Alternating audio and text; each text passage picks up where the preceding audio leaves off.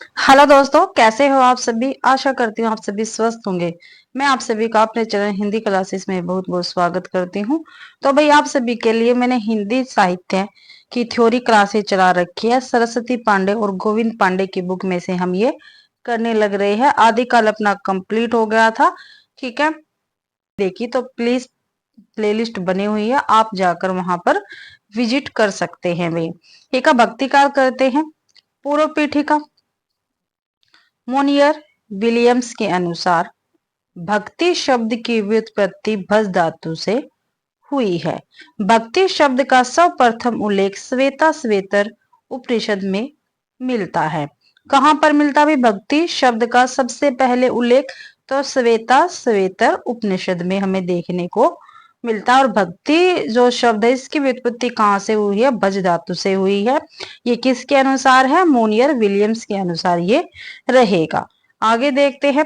भक्ति आंदोलन के उदय के संबंध में कुछ विद्वानों का अभिमत निम्नलिखित है। तो देखते हैं भाई। विद्वान परसोता अभिमत।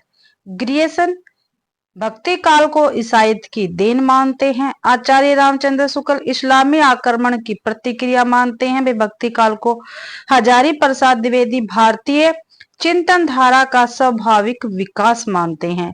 गजानन माधव मुक्तिबोध ऐतिहासिक सामाजिक शक्तियों के रूप में जनता के दुखों व कष्टों से हुआ मानते हैं भक्ति काल का उदय भाई।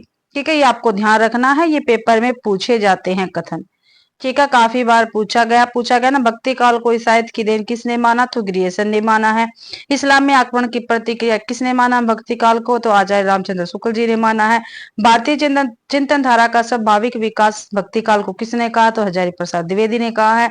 ऐतिहासिक सामाजिक शक्तियों के रूप में जनता के दुख व कष्टों से हुआ उदय भक्ति ने माना है। तो गजानन माधव मुक्तिबोध ने माना है इसको। आगे देखते हैं। रामविलास शर्मा ने भक्ति आंदोलन एक जातीय और जनवादी आंदोलन कहा है। ठीक है, भक्ति काल को भाई रामविलास शर्मा ने जातीय और जनवादी आंदोलन कहा है। एक जातीय और जनवादी आंदोलन किसने कहा भक्ति काल को? तो रामविलास शर्मा ने कहा है। आगे देखते हैं। भक्ति आंदोलन के उद्गम स्थल के संबंध में कुछ विद्वानों के मत। तो देख लेते हैं।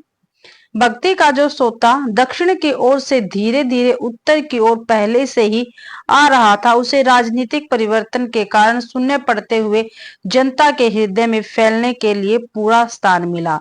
ये रामचंद्र शुक्ल जी ने कहा है और ये काफी महत्वपूर्ण कोटेशन है, काफी बार पेपर में पूछी भी गई है।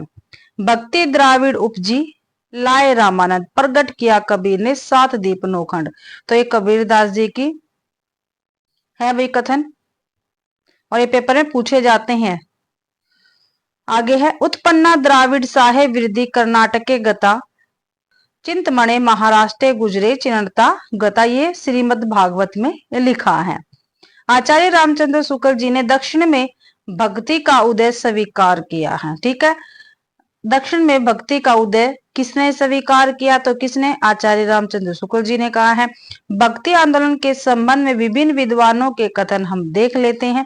बिजली की चमक के समान अचानक समस्त पुराने धार्मिक मतों के अंधकार के ऊपर एक नई बात दिखाई दी। कोई हिंदू यह नहीं जानता कि यह बात कहां से आई और कोई भी इसके प्रादुर्भाव का कारण निश्चित नहीं कर सकता। तो ये कथन किसका है भाई? तो ये ग्रियर्सन जी का कथन रहेगा। आगे है। देश में मुसलमानों का राज्य प्रतिष्ठित हो जाने पर हिंदू जनता के हृदय में गौरव गर्व और उत्साह के लिए वह अवकाश न रह गया। उसके सामने ही उसके देव मंदिर गिराए जाते थे, देव मूर्तियां तोड़ी जाती थी और पूज्य पुरुषों का अपमान होता था और वे कुछ भी न कर सकते थे। ऐसी दशा में अपनी वीरता के गीत न तो वे गा सकते थे और न ही बिना लज्जित हुए सुन ही सकते थे। आगे चलकर जब मुस्लिम साम्राज्य दूर तक स्थापित हो गया तब परस्पर लड़ने वाले स्वतंत्र राज्य भी नहीं रह गए। इतने भारी राजनीतिक उलटफेर के पीछे हिंदू जन समुदाय पर बहुत दिनों तक उदासी सी छाई रही। अपने पौरुष से हताश जाति के लिए भगवान की शक्ति और करुणा की ओर ध्यान ले जाने के अतिरिक्त दूसरा मार्ग ही क्या था? तो ये कथन किसका है? रामचंद्र शुक्ल जी का कथन है। काफी बार ये कथन पूरा पूछ लिया जाता है, नहीं तो कई बार पेपर में यहाँ से हमें कथन देखने के लिए मिलता। अपने पौरुष से हताश जाति के लिए भगवान की शक्ति और करुणा की ओर ध्यान ले जाने के अतिरिक्त दूसरा मार्ग ही क्या था? तो ये कथन किसका? तो ये कथन रामचंद्र शुक्ल जी का रहेगा। आगे है, लेकिन जोर देकर कहना चाहता हूं कि अगर इस्लाम नहीं आया होता तो भी साहित्य का 12 आना वैसा ही होता जैसे आज है। काफी महत्वपूर्ण कोटेशन है भाई। तो ये किसकी है? हजारी प्रसाद द्विवेदी जी का एक कथन रहेगा। प्रांतेषु देशु पापेक्षुच सत्य पीड़ा व्यग्र लोकेशी कृष्ण एवं गर्तिमम। तो ये वल्लभाचार्य जी ने कहा है कृष्णामय स्त्रोत्र से। ठीक है, इनकी एक रचना है कृष्णा नामस्य स्त्रोत्र, वहां से ये कथन है वल्लभाचार्य का भी। आगे जॉर्ज ग्रियर्सन ने भक्ति काल को हिंदी साहित्य का स्वर्ण युग कहा है। तो स्वर्ण युग भक्ति काल को किसने कहा है? तो जॉर्ज ग्रियर्सन ने कहा है। डॉक्टर रामविलास शर्मा ने भक्ति काल को लोक जागरण काल नाम से पुकारा है। तो लोक जागरण काल भक्ति काल को किसने कहा? डॉक्टर रामविलास शर्मा ने कहा है। आचार्य हजारी प्रसाद ने भक्ति आंदोलन को लोक जागरण की संज्ञा दी है। ठीक है, लोक जागरण किसने कहा? हजारी प्रसाद द्विवेदी ने कहा भक्ति आंदोलन को। और लोक जागरण काल भक्ति काल को किसने कहा? रामविलास शर्मा ने कहा। ध्यान रखना, थोड़ा सा ही हेरफेर है। अब हम देख लेते हैं निर्गुण धारा यानी ज्ञानाश्रय शाखा धारा। ठीक है, आज की क्लास में हम निर्गुण धारा क्या है कंप्लीट करेंगे।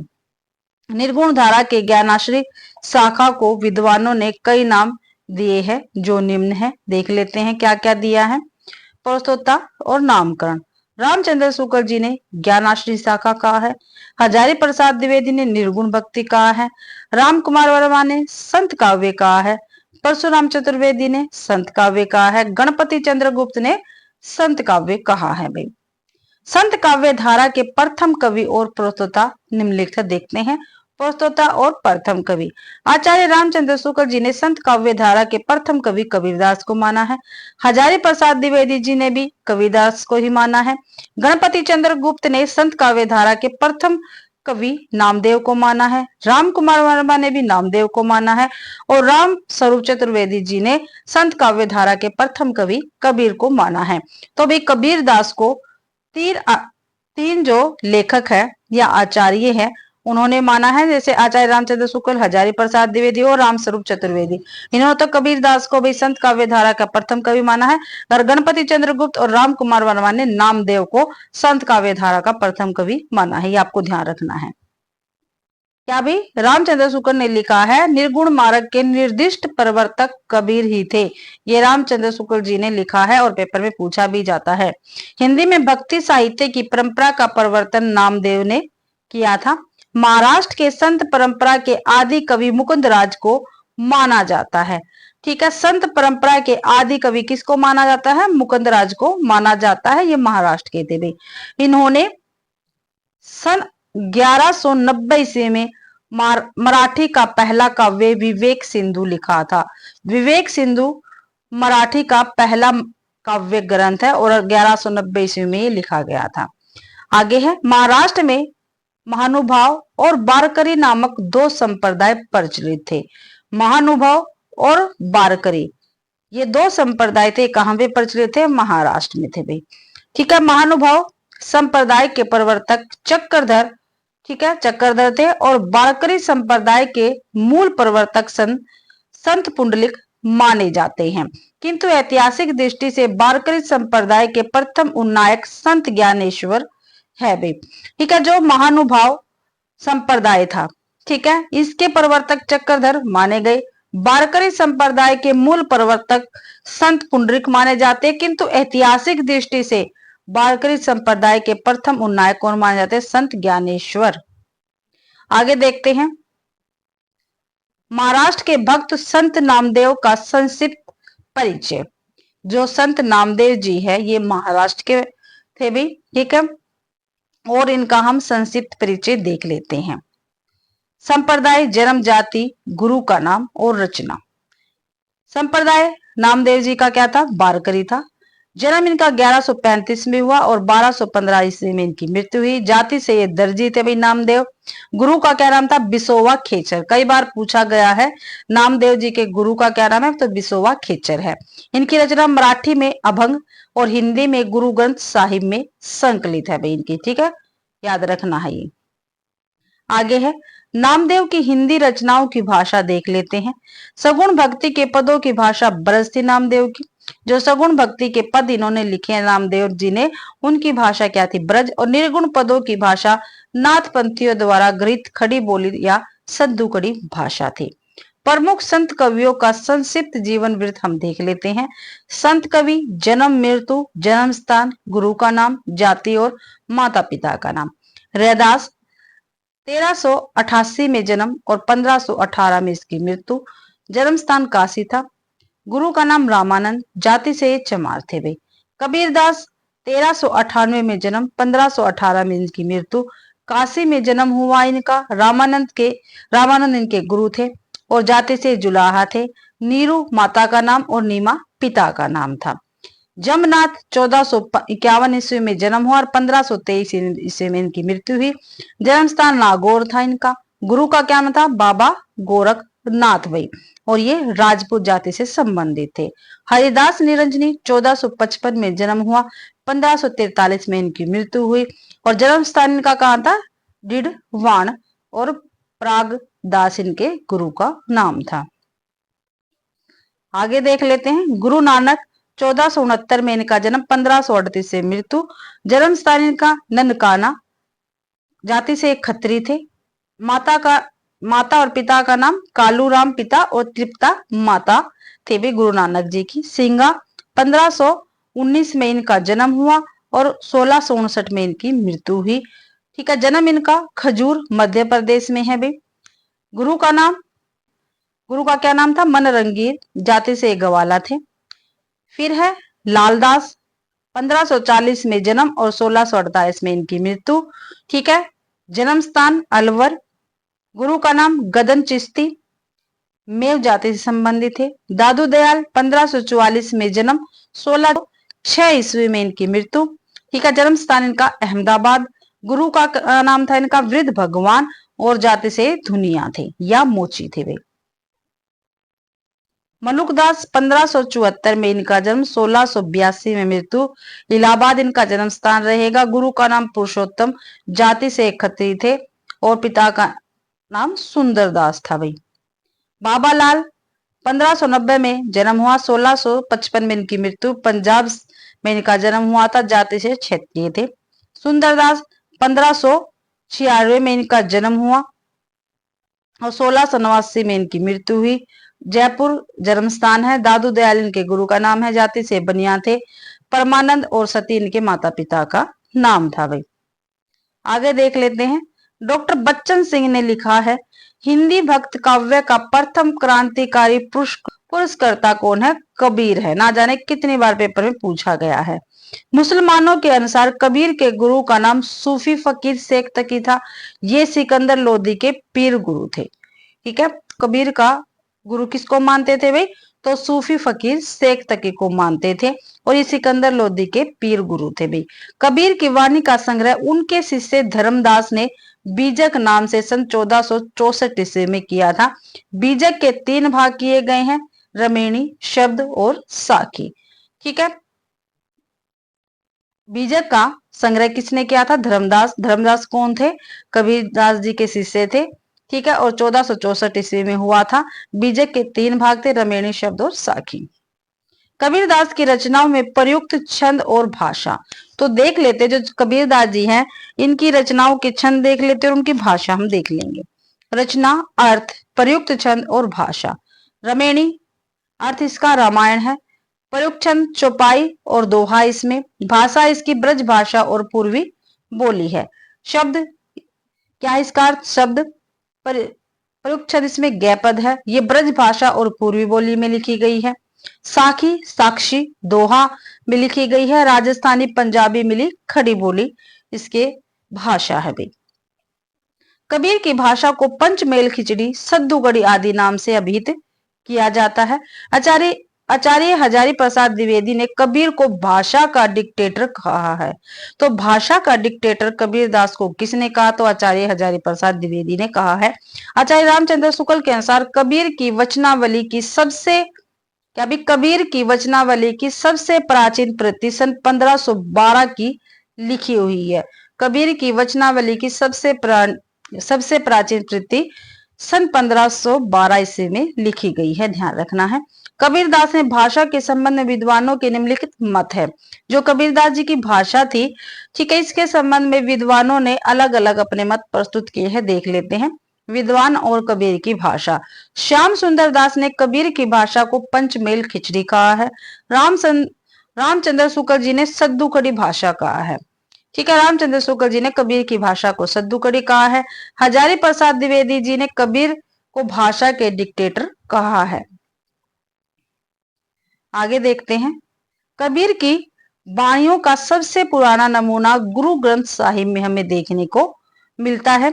कबीर के संबंध में महत्वपूर्ण कथन, इसमें कोई संदेह नहीं कि कबीर ने ठीक मौके पर जनता के उस बड़े भूभाग को संभाला जो नाथ पंथियों के प्रभाव से प्रेम भाव और भक्ति रस से शून्य शुष्क पड़ता जा रहा था। ये कथन किसका है?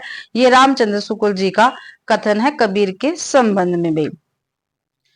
अगला कथन है, उन्होंने भारतीय ब्रह्मवाद के साथ सूफियों के भावात्मक रहस्यवाद, हठ योगियों के साधनात्मक रहस्यवाद और वैष्णव के अहिंसावाद तथा प्रपत्तिवाद का मेल करके अपना पंथ खड़ा किया। ये भी रामचंद्र शुक्ल जी ने कहा है कबीरदास जी के विषय में। आगे देखते हैं। भाषा बहुत परिष्कृत और परिमार्जित न होने पर भी कबीर की उक्तियों में कहीं कहीं विलक्षण प्रभाव और चमत्कार है। प्रतिभा उनमें बड़ी प्रखर थी, इसमें कोई संदेह नहीं।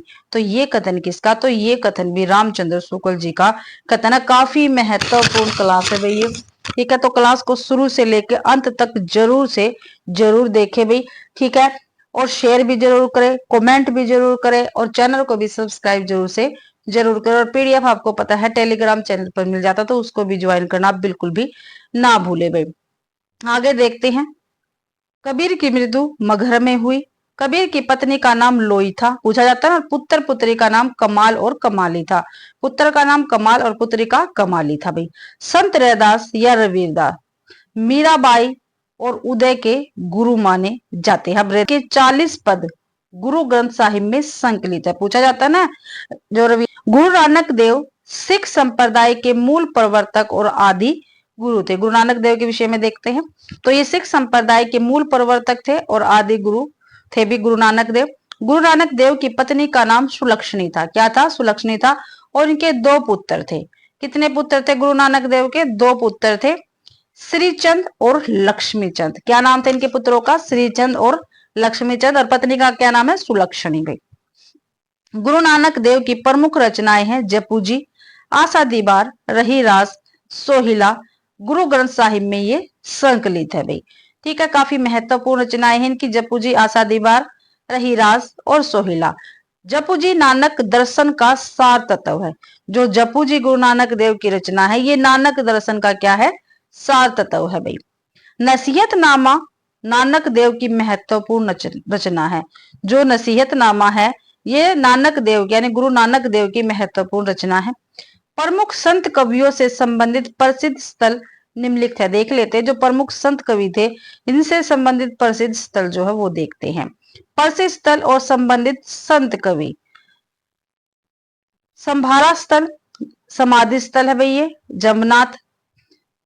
सत्संग स्थल है दादू दयाल। बाबालाल बड़ौदा, बाबालाल। मगहर मृत्यु स्थल है कबीरदास जी का। सांगेनेर, क्या भी सांगानेर मृत्यु स्थल है सुंदरदास का। भराणे राजस्थान मृत्यु स्थल है दादू दयाल का। द्वारका मृत्यु स्थल है मीराबाई का।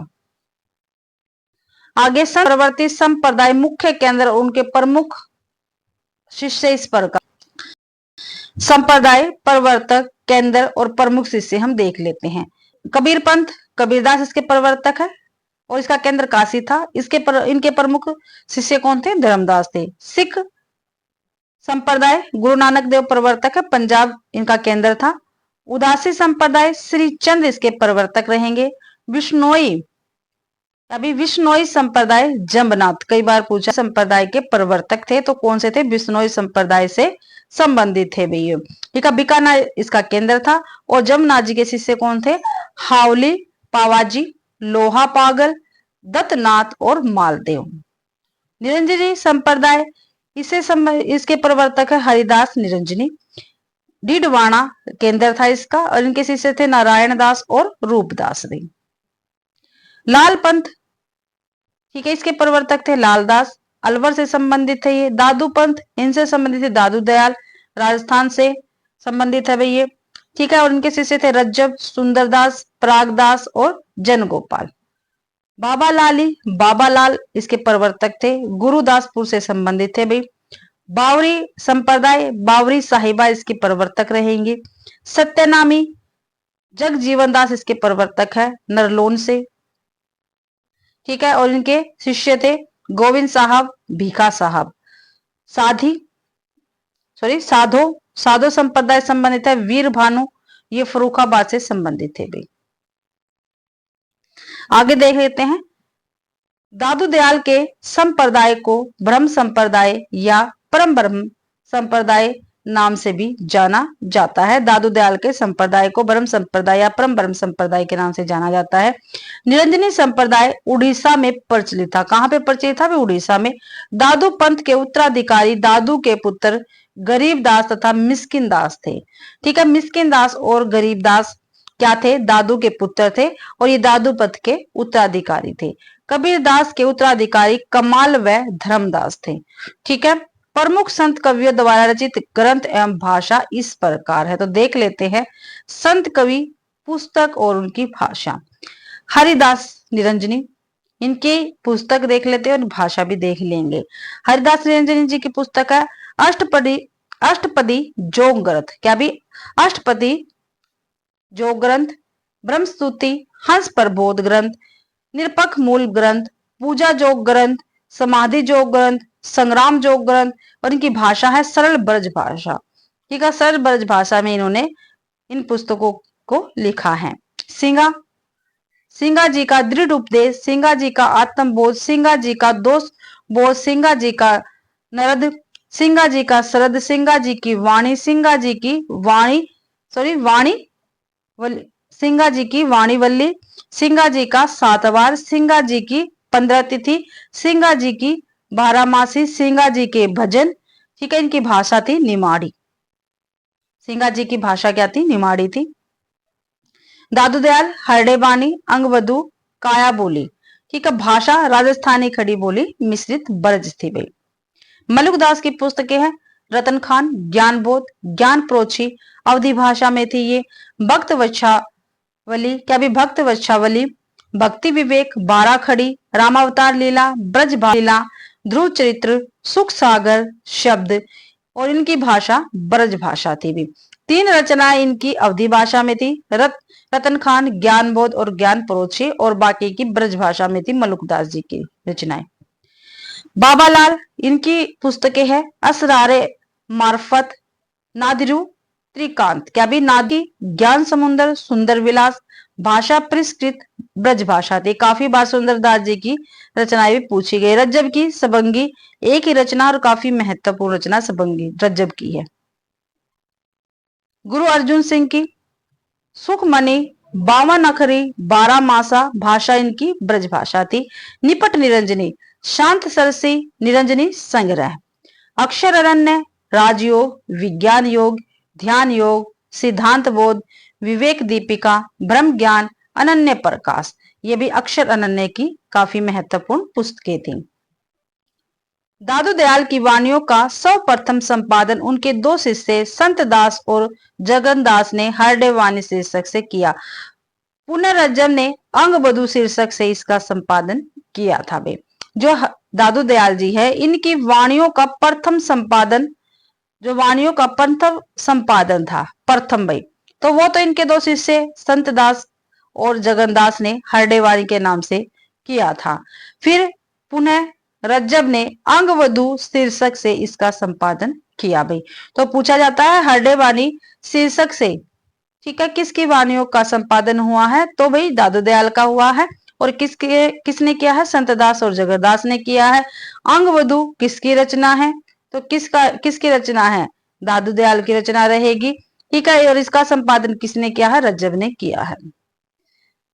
बाबा लाल के असरारे मार्फत में उनका दारा सिकाहो का वार्तालाप संग्रहित है। कहाँ का? दारा सिकाहो का वार्तालाप संग्रहित है भाई। बाबा लाल के विचारों का संग्रह नादुरी त्रिकांत पुस्तक है। विचारों का संग्रह कौन सा? बाबा लाल का नादुरी त्रिकांत है। हिंदी के अन्य प्रमुख संत कवि और उनकी हिंदी के अन्य प्रमुख संत कवि निम्नलिखित है। देख लेते हैं भाई कौन कौन से हैं।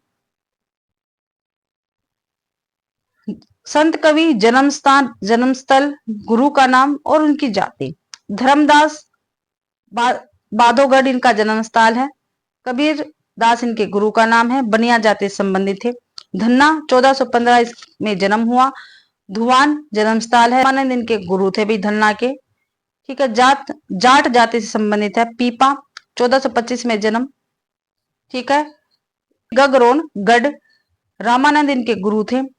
सैन बाधोगढ़ जन्म स्थान है। रामानंद इनके गुरु थे, नाई जाति से संबंधित थे। शेख फरीद कोठीवाला मुसलमान जाति से संबंधित थे। वीरभान 1543 में जन्म, उदयदास से इनके गुरु थे। बावरी साहिबा 1542 में जन्म, 1605 में मृत्यु। मायानंद इनके गुरु का नाम है। रज्जब 1567 में जन्म, 1689 में मृत्यु, राजस्थान से संबंधित है। दादू दयाल इनके गुरु का नाम है, मुसलमान थे भाई ये। सदना ये कसाई जाति संबंधित थे। निपट निरंजनी 1531 ईस्वी में जन्म, दौलताबाद इनका जन्म स्थान रहेगा। गौड़ ब्राह्मण थे ये। अक्षर अन्य दतिया से संबंधित है। कायस्थ थे ये। भीषण इनके विषय में कुछ नहीं दे रखा भाई। आगे संत कवियों में बावरी साहिबा महिला संत साधिका थी। ठीक है, संत कवियों में जो बावरी साहिबा है ये महिला संत साधिका थी। अक्षर अनन्य प्रसिद्ध छत्रसाल के गुरु थे। जो अक्षर अनन्य है प्रसिद्ध छत्रसाल के गुरु थे। संत रज्जब का पूरा नाम रज्जब अली खां था। तो क्या था भाई? रज्जब का पूरा नाम, संत रज्जब का पूरा नाम क्या था? रज्जब अली खां था। संत शेख फरीद का दूसरा नाम शाह ब्रह्म तथा इब्राहिम शाह या शंकरगंज था भाई। तो ये आपको ध्यान रखने, इनके नाम जरूर याद रखने हैं। ठीक है, हिंदी में रचना करने वाले प्रमुख सिख गुरु निम्नलिखित है। देख लेते हैं किस किस सिख गुरु ने भी हिंदी में रचना की है। संत सिख कवि, जन्म स्थान और उनके ग्रंथ। गुरु अंगद 1504 में इनका जन्म हुआ, 1552 में इनकी मृत्यु हुई भाई। ठीक है, आदि ग्रंथ साहिब में कुछ श्लोक या दोहा इनके संकलित है। गुरु अमरदास 1489 में जन्म, 1574 में मृत्यु। तीसरे गुरु थे भाई ये। गुरु ग्रंथ साहिब में संकलित है। चौथे 1514 में जन्म, 1581 में मृत्यु, चौथे गुरु थे ये। आदि ग्रंथ के चौथे महला में संकलित है इनकी रचनाएं। गुरु अर्जुन देव 1563 में जन्म, 1606 ईस्वी में मृत्यु, पांचवें गुरु थे ये। आदि ग्रंथ में पांचवें महला में संग्रहित है इनकी रचनाएं। गुरु तेग बहादुर सिंह 1622 में जन्म और 1675 में इनकी मृत्यु, नौवें गुरु है। नौवे महला में संकलित है इनकी रचनाएं। गुरु गोविंद सिंह जन्म और 1718 ईस्वी में मृत्यु, अंतिम गुरु थे ये भाई सिख संप्रदाय के। ठीक है, इनकी रचना है चंडी चरित्र और विचित्र नाटक। चंडी चरित्र जो है काफी बार पूछी गई इनकी रचनाएं। संत कवियों की महत्वपूर्ण काव्य पंक्तियां हम देख लेते हैं जो पेपर में पूछी जाती हैं। ठीक है, तो देखते हैं भाई। कबीरदास जी की झिलमिल झगड़ा झूलत बाकी रहे न काहू, गोरख अटके कालपुर कौन कहावत साहू। आगे पंक्ति देख लेते हैं। बहुत दिवस ते हिडिया सुन्नी समाधि लगाए, कहरा पड़िया गाड़ में दूरी परा पछिताई। अगली पंक्ति है। माधो में ऐसा अपराधी तेरी भक्ति होत नहीं साधी। काफी महत्वपूर्ण पंक्ति है। तंत्र न जानू मंत्र न जानू, जानू सुंदर काया। हरि रस, अगली पंक्ति है। हरि रस पिया जानिए, जे कबहू न जाए खुमार। मेमता घूमत फिरे नाही तन की सार। अगली पंक्ति है। दशरथ सुत्ति हु लोक बखाना, राम नाम का मरम है आना। काफी महत्वपूर्ण पंक्तियां है भाई ये कबीरदास जी की। अगली पंक्ति है आपहू देवा आपहू पाती आपहू कुल आपहू जाति। अगली पंक्ति है ततो मसीही इनके उपदेशा यही उपनिषद कहे संदेशा। अगली पंक्ति है जाग बलिक क्या भी जाग बलिक और जनक संवादा दत्तात्रेय वह रस संवादा। अगली पंक्ति है गहना एक कनक ते गहना न मह भाव न दूजा कहन सुनन कोई दुई करी पापिन एक मिजाजिक पूजा। अगली पंक्ति है ठीक है दिन भर रोजा रहत है रात रन है गाय यह तो खून वह बंदगी कैसे खुशी खुदाए। अगली पंक्ति है नैया बीच नदिया डूबती जाए मुझको तू क्या ढूंढे बंदे मैं तो तेरे पास में। कबीरदास जी की पंक्तियां है सभी। मसी कागज छुओ नहीं कलम गयो नहीं हाथ। अगली पंक्ति है तुम जिन जानो गीत है यह निज ब्रह्म विचार। अगली पंक्ति मैं कहता हूं आखिन देखी तू कहता कागज की लेखी। अगली पंक्ति है भाई हरि जननी मैं बालक तोरा क्या भाई हरि जननी मैं बालक तोरा। अगली पंक्ति है सतगुरु हमसू रीझ कर कहा एक प्रसंग बादर बरसा प्रेम का भीजी गया सब अंग। अगली पंक्ति है जे तू बाबन भबनी जाया तो आन बाट होई काहे न आया हरि मोरा प्यू मैं हरि की बहुरिया। अगली पंक्ति है हमन है इश्क मस्ताना हमन को होशियारी क्या भाई। काफी महत्वपूर्ण पंक्तियां कबीरदास जी की और काफी पंक्तियां हैं पेपर में यहीं से पंक्तियां आपकी पूछ ली जाएगी। साई के सब जीव है किरी कुंजर दोए रस गगन गुफा अजर झरे माया महाठगनी हम जानी। अगली पंक्ति है जाति ने पूछो साधु की पूछ लीजिए ज्ञान। अगली पंक्ति है मोरी चुनरी में परी गयो दाग पिया। अगली पंक्ति है मेरा तेरा मनुआ कैसे इक होई रे। अगली पंक्ति है नैना अंतरी आव तू जयु तो नैन झपक्यूं पलकों की चिक डारी के पिया को लिया रिझाए। आगे पंक्ति है कबीरदास जी की पंक्तियां अभी भीजे चुनरिया प्रेम रस बूदन गुरु मोही घुटिया अजर पियाई। अगली है ब्रहन गाहू मंगल चारू हमरे घर आए राजा राम भरतारे। अगली पंक्ति पीछे लागा जाई था लोक वेद के साधी आगे थे सतगुरु मिलिया दीपक दियो हाथी। अगली पंक्ति है घूंघट के पट खोल बहुरिया। अगली पंक्ति है सपने में साई मिल सोवत लिए जगाए। अगली पंक्ति है संतो आई ज्ञान की आंधी। अगली पंक्ति है पूजा सेवा नेम व्रत गुड़ियन का सा खेल। अगली पंक्ति है गुरु गोविंद दोऊ खड़े काकू लागे पाए। अगली पंक्ति बालम मोर जिया। तो भी कबीरदास की महत्वपूर्ण पंक्तियां है और पेपर में यहीं से पंक्ति पूछ ली जाती है। आगे है संत नाम जी की पंक्तियां देख लेते हैं। ठीक है मन मेरी सुई तन तेरा धागा खेचर जी के चरण पे नाम सीपी लागा। अगली पंक्ति है सुफल जन्म माँ को कुरु कीना दुख बीमा विसार सुख अंतर कीना ज्ञान दान मोको गुरु दीना राम नाम बिन जीवन हीना। अगली पंक्ति है किस हूं पूजू दूजा नजर न आई एक के पाथर कीजे भाव दूजे पाथर धुरे पाओ जो वो देव तो हम वो देव या भी जो वो देव तो हम भी देव कहे नामदेव हम हरि की सेव। आगे है भगत हेत मारियो हरणी कुश नरसिंह रूप हवे दे धरियो नामा कहे भक्ति बस के सव अजू बलि के द्वार खरो। अगली पंक्ति है दशरथ नंद राजा रामचंद्र पर्णवे नाम ततो रस अमृत पीजे। अगली पंक्ति है धनी धनी मेधा रोमावली क्या भी धनी धनी मेधा रोमावली धनी धनी कृष्ण ओढ़े कावली धनी धनी तू माता देव की जिही ग्रह रमिया कवला पति। अगली पंक्ति है माई न होती बाप न होते कर्म न होता काया हम नहीं होते तुम नहीं होते कौन कहाँ ते आया। तो नामदेव की पंक्तियां आई पांडे तुम्हारी गायत्री लोधे का खेत खाती थी लेकरी ठेगा तगरी तोरी लंगत लंगत लाती थी हिंदू पूजे दहरा मुसलमान मसीद नामा से बिया जह दहरा न मसीद। तो भी नामदेव और कबीरदास जी की पंक्तियां थोड़ी मिलती जुलती हैं तो प्लीज थोड़ा ध्यान से पंक्तियों पे फोकस करना पेपर में अच्छी प्रकार से। रैदास संत रविदास, इनकी पंक्तियां देखते हैं। जाके कुटुंब सब ढोर ढोवत, फिर अजवी बानारसी आसपासा, आचार सहित विप्र करही, दंड उती तीने तीने रविदास दासानु दासा। आगे पंक्तियां हैं इन्हीं की। ऐसी मेरी जाति विख्यात चमार।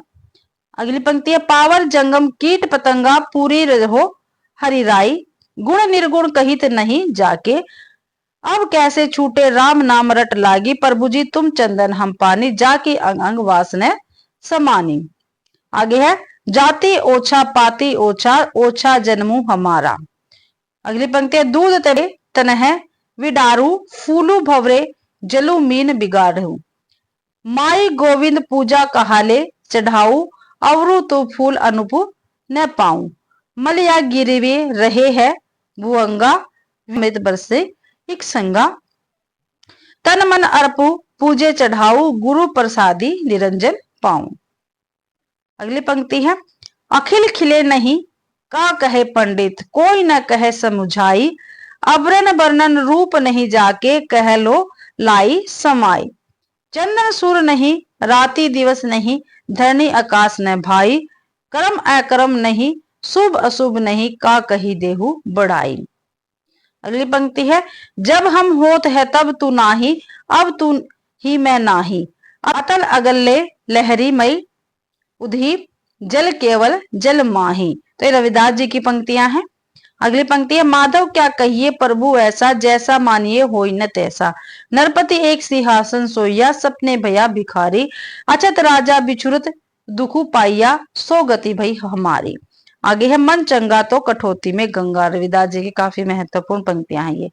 गुरु नानक जी की पंक्तियां देख लेते हैं भाई। इस दम की बेभरोसा, आया न आया न आया, यह संसार रैन दा सुपना, कहीं देखा कहीं ना ही दिखाया। अगली पंक्ति है।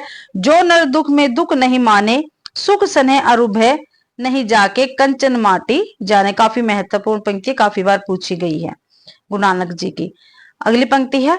आवे जाने आपे देही, आखी सिभी कई कई, जिसनो बक्से सिफती साल है, नानक पाती साही पाती साहू।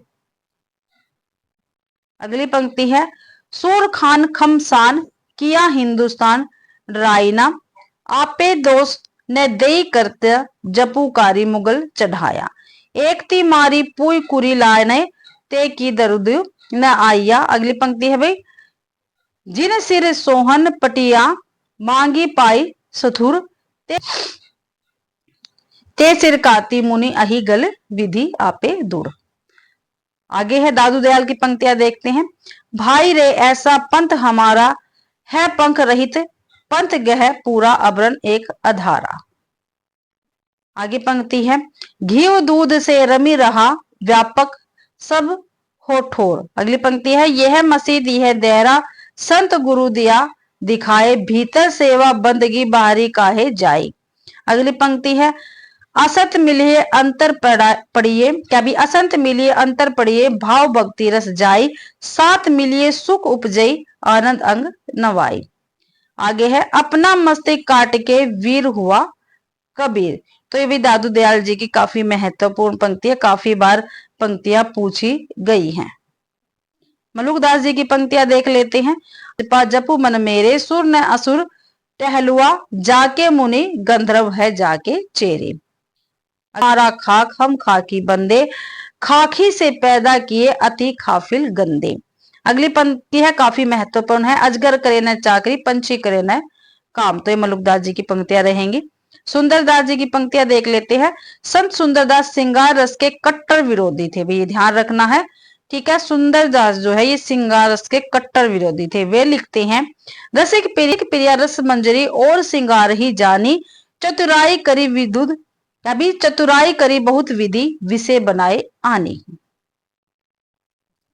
सुंदरदास ने विभिन्न प्रदेशों को रीति नीति पर अनेक व्यंग्यपूर्वक उक्तियां कही हैं, ठीक है। सुंदरदास जी ने विभिन्न प्रदेशों की रीति नीति पर अनेक व्यंग्यपूर्ण उक्तियां कही है, जो देख लेते हैं। नीचे है।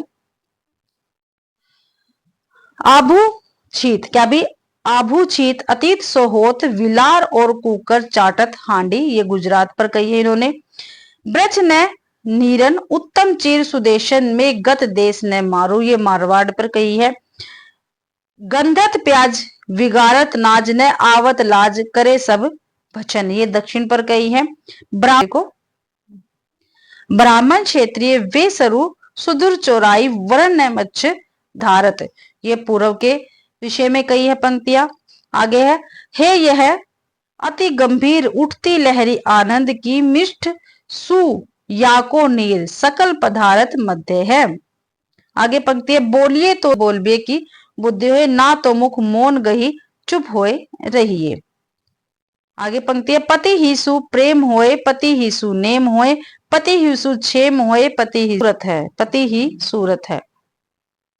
आगे है, भ्रम तय पुरुष अरु प्रकृति प्रकट भई, प्रकृति में महत्व तो पुनि अहंकार है। आगे बाबा लाल जी की पंक्तियां देख लेते हैं।